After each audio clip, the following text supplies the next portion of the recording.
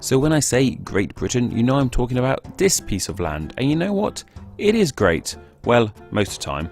But so are a lot of other places in the world, yet you don't hear Finland calling themselves Great Finland. It's funny, as a Brit myself, I hear the name Great Britain constantly and always presumed it was just us, the British, being big-headed, arrogant, self-absorbed snobs. While yes, now the Great in Great Britain is associated with great in the high-quality sense, it actually originated with great in the large in size sense, meaning the land should really be called Greater Britain. So yes, there are Lesser Britons. At least 2 places have been honoured with this title, most noticeably the French province of Brittany. Both Britain and Brittany have been referred to as Brittany Major and Brittany Minor respectively by various authors. The oldest naming of a Greater and Lesser Britain comes from the writer Ptolemy in his writings Almagest, written between 147 and 148 AD.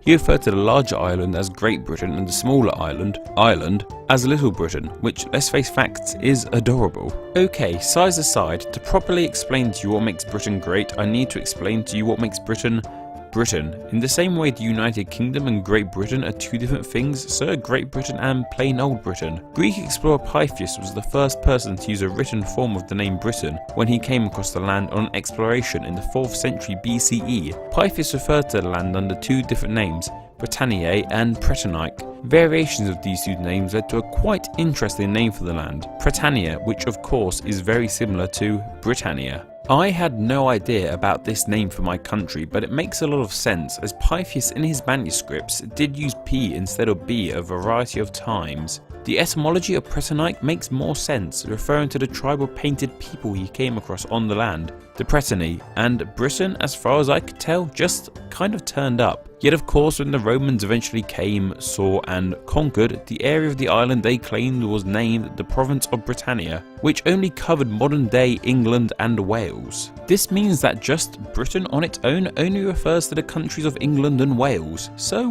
what about Scotland? The land area we now know as Scotland was never truly conquered by the Romans and stayed as its own independent nation.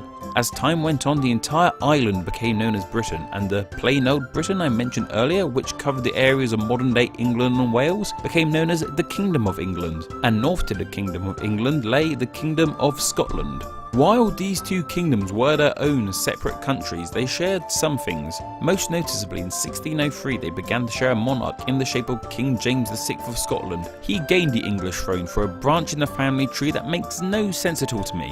From 1603 till 1707 the kingdoms shared a monarch, meaning that whoever was on the throne technically had 2 crowns on their head. It was only until the Act of Union 1707 the parliaments of each kingdom agreed to join together to not only create an awesome flag, but officially become the Kingdom of Great Britain. So in summary, Great Britain could have been called Great Britain. It became great not because of its quality but because it was the greater in size Britain, and it officially got the title Great Britain when Scotland joined the kingdom. So technically what makes Britain great is Scotland.